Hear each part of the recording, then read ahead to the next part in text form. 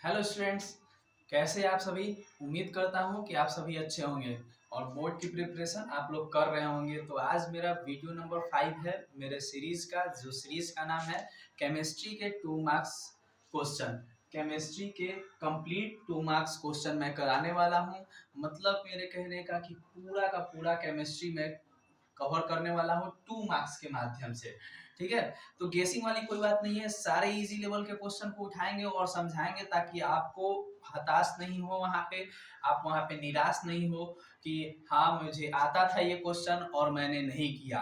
तो आप easy easy level के क्वेश्चन को रिवाइज करने के लिए मेरे इस सीरीज में बने रहिए। आपने वीडियो नंबर 4, 3, 2, 1 सब देख रखा होगा, 5 भी देख रखा होगा। आज है मेरा वीडियो नंबर 6। आज मेरा कौन सा वीडियो नंबर है? वीडियो नंबर है 6।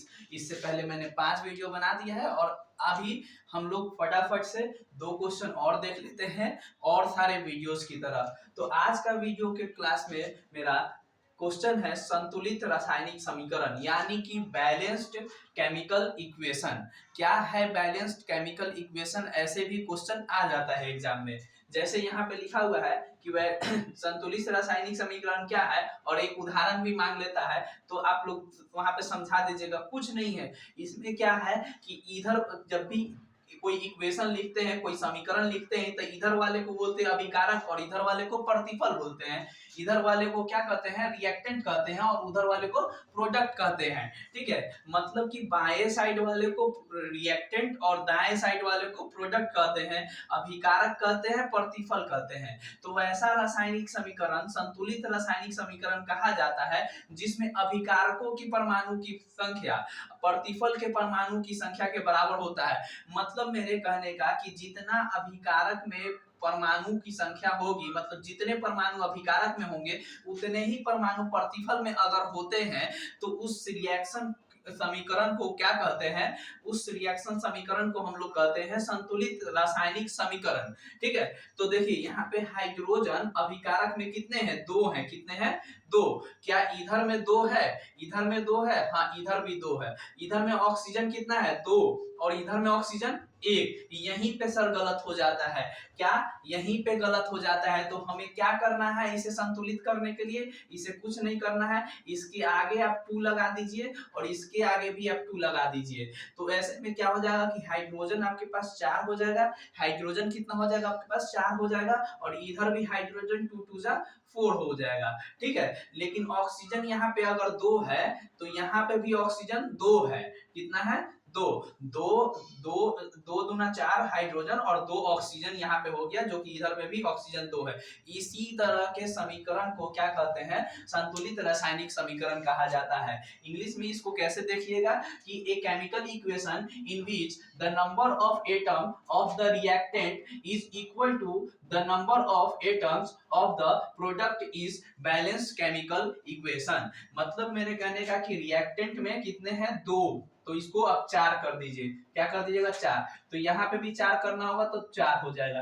ठीक है, और ये ऑक्सीजन कितना है? 2। इधर भी ऑक्सीजन कितना है? तो ये बैलेंस्ड केमिकल इक्वेशन है। इस तरीके से आप बैलेंस करना भी आप सीख गए होंगे और सारे क्वेश्चन पे प्रैक्टिस करिएगा कि कैसे बैलेंस केमिकल इक्वेशन बनाया जाता है। बिना प्रैक्टिस का नहीं होगा, क्योंकि ये 1 मार्क्स ऑब्जेक्टिव में भी खूब पूछा जाता है। आइए और भी देखते हैं इस तरीके का और भी सवाल किस तरीके से पूछा जाता है। इस तरीके से भी पूछा जाता है कि अभिक्रिया को संतुलित रासायनिक समीकरण, मतलब कुछ रिएक्शन से लिख देगा कि कैल्शियम हाइड्रोक्साइड और कार्बन हाइड्रोक्साइड का रिएक्शन कराते हैं तो कैल्शियम कार्बोनेट और जल मिलता है, वाटर मिलता है। तो इसको आप लोग समीकरण के रूप में लिखिए, इसको आप इक्वेशन के रूप में लिखिए।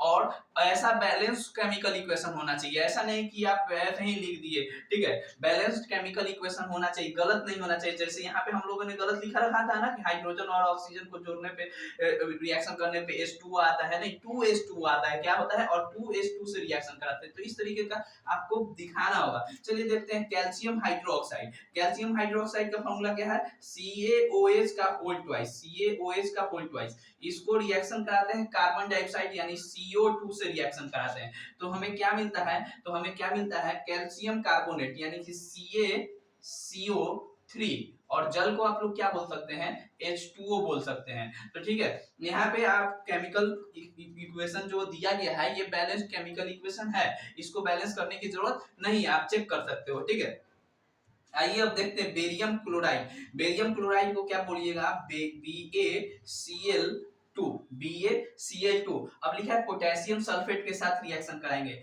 मतलब कि K2SO4 के साथ रिएक्शन अगर कराइएगा तो आपको क्या मिलेगा, बेरियम सल्फेट यानी कि BaSO4 मिलेगा। क्या मिलेगा, BaSO4 मिलेगा। ठीक है, बेरिलियम सल्फेट और साथ के साथ पोटेशियम क्लोराइड मिलेगा, यानी कि क्या मिलेगा, K2 K2 K2 sorry K2 नहीं, पोटेशियम क्लोराइड यानी कि KCl। पोटेशियम क्लोराइड का फॉर्मूला क्या होता है, KCl। लेकिन यहाँ पे देखने वाली बात है कि इधर में K2 है और उधर में K1 है, इसीलिए यहाँ पे 2 लगाना होगा। अब क्लोरीन यहाँ पे कितना है, क्लोरीन भी देखिएगा कितना है।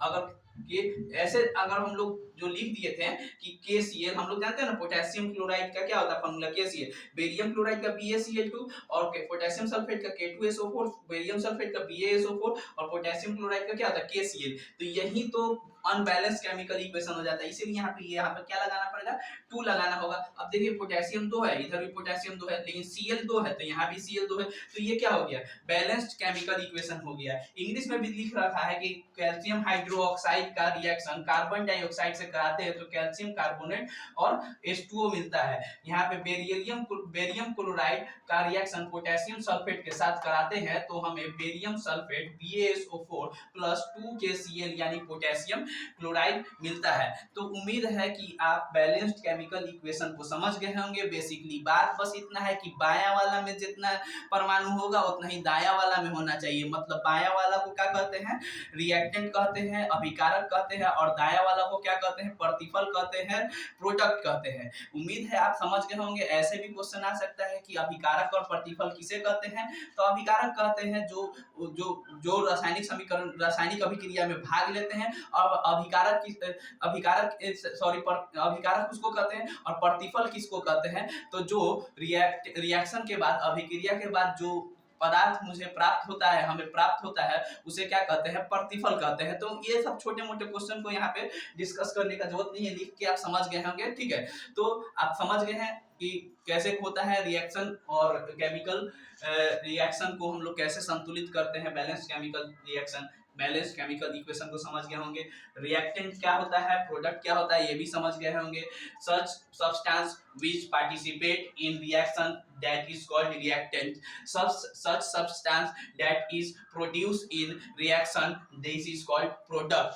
ओके, चलिए तो वीडियो को समाप्त करते हैं, नेक्स्ट वीडियो का इंतजार कीजिए। Bye bye. स्क्रीनशॉट करके याद कीजिएगा जरूर।